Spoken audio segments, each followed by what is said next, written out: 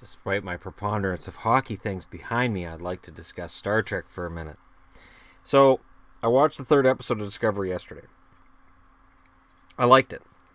Um, I'm kind of baffled now. So, the first two episodes are a bunch of things blowing up and Klingons talking with marbles in their mouths.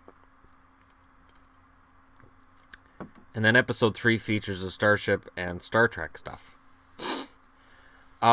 Jason Isaacs plays the captain who clearly is evil. I don't think I'm giving away any spoilers here that he's clearly evil. I am illiterate when it comes to Harry Potter, but I've been informed that Lucius Malfoy is the captain of this ship, and Lucius is not a good guy. So I don't think it's a coincidence. People say, oh, he's dark and mysterious. No, I think he's flat out evil. I think he's willing to do anything it takes to win this war, which is why he's drafted Michael to be a part of it. I still don't like the Michael Burnham character. I was glad Sarek wasn't in this one. I still think Saru is amazing, and I think him being the first officer and being her boss makes a lot more sense than in the first two episodes where she's the first officer and he's a lieutenant. I didn't buy that at all, really. Saru is the character who is probably gonna become the marketable one, the one that everybody's gonna want action figures for, the one that everybody cheers for, the one that everybody's interested in. The captain, again, he's almost a mustache-twirling villain, in my eyes. Like, it's really obvious to me he's the villain. And it's interesting because Discovery was a science vessel at one point, and then the military took it over when the war started. So we're 6 months into the war with the Klingons, which is weird because there was no war with the Klingons that I can remember in the original series. The Klingons were douchebags. They were freeloaders. They were willing to lie. They were willing to pretend they were human to try to gain favor. But this whole war thing kind of came in Next Generations where it really became massively overblown. And I got it in Next Generation. So the fact that this series takes place over a century before Next Generation, it leaves me sort of on the fence with the whole thing. I don't like the appearance of the Klingons. I don't like the war mentality. I will say this: when they were on the Glen, which is another ship, and a Klingon comes out and tries to shush them, that was genuinely funny. That genuinely made me laugh. That Klingon didn't last, but I genuinely got a chuckle out of that because, remembering my Star Trek nerddom as I do, for a Klingon to be like, shh, don't, just stand still. That's saying something, because Klingons don't get scared. Klingons will just pull out their bat'leth and fight to the death against anything. So whatever this creature is, whatever they're doing, and I mean, I have some theories. I think that, so they've got this warp drive that's not a warp drive. Basically, the ship can blink, and it's in another area of the galaxy in seconds. I have a funny feeling that when it's doing this, it's passing through other dimensions, other universes, and your ship may pick something up.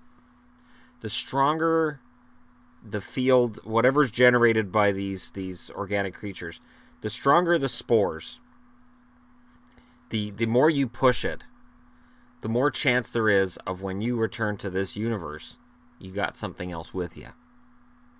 So I think whatever this creature was that was running amok on the Glen, I think it's from another universe. It's the only thing that makes sense, because it has to be tied to what they're doing on the Discovery.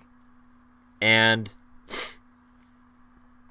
I'll be interested to see as the episodes wear on. Okay, so is this captain, is he really in with Starfleet, or does he have a ship and does Starfleet think he's doing one thing while he's doing something completely opposite of that? is he acting on their behalf, or is he a rogue, and is everybody that he brings into his crew, are they rogues as well? Is that why there's so many from the Shinju that are on the Discovery? Because that's kind of weird, and I've seen other people say it online, and it's really weird that there's that many Shinju members on the Discovery. I can understand when Enterprise C gets blown up and Enterprise D has a crew made up of it. Enterprise D blows up Enterprise E. That's fine. But to move from one ship to another ship, and it's a different name, and it's a different, and it's just a lot of the same crew. It's weird. So, did the Shinju crew sort of have a bad reputation because Burnham was part of that crew? Because of the fact that members of that crew may have defended Burnham in court, so she didn't get executed. I'm just throwing things out there. Is that why they ended up on this Discovery, and there's all this mystery? Were they recruited for that reason? It'll be interesting to see where it goes from here.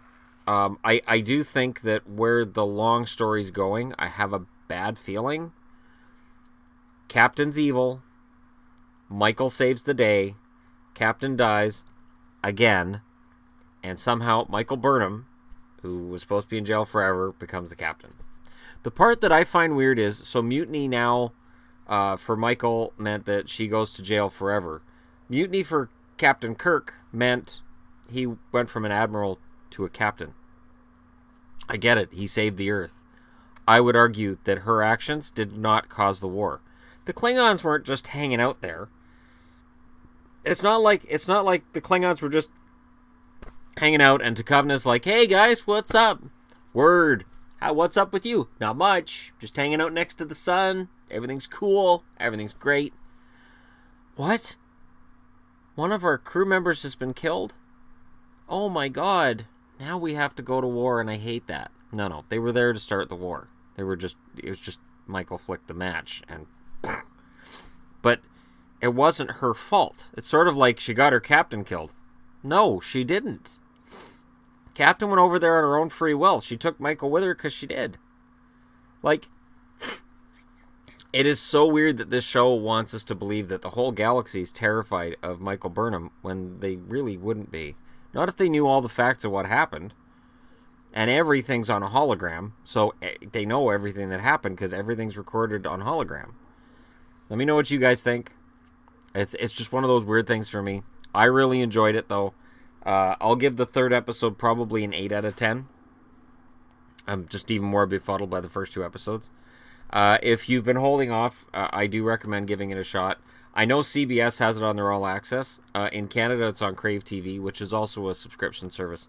The difference between Canada's Crave TV and CBS All Access is, I'm pretty sure CBS All Access only gives you access to CBS programs, whereas Crave TV gives us access to multiple channels, multiple various sources of content, and a really solid menu. Basically, Crave TV and Canadian Netflix, you put them together, you get American Netflix. So, it could be worse, it could be better, but I'm Canadian, so it's fine. Let me know what you guys think, though, and hit like and subscribe. Those buttons are your friends, and I'll talk to you again soon.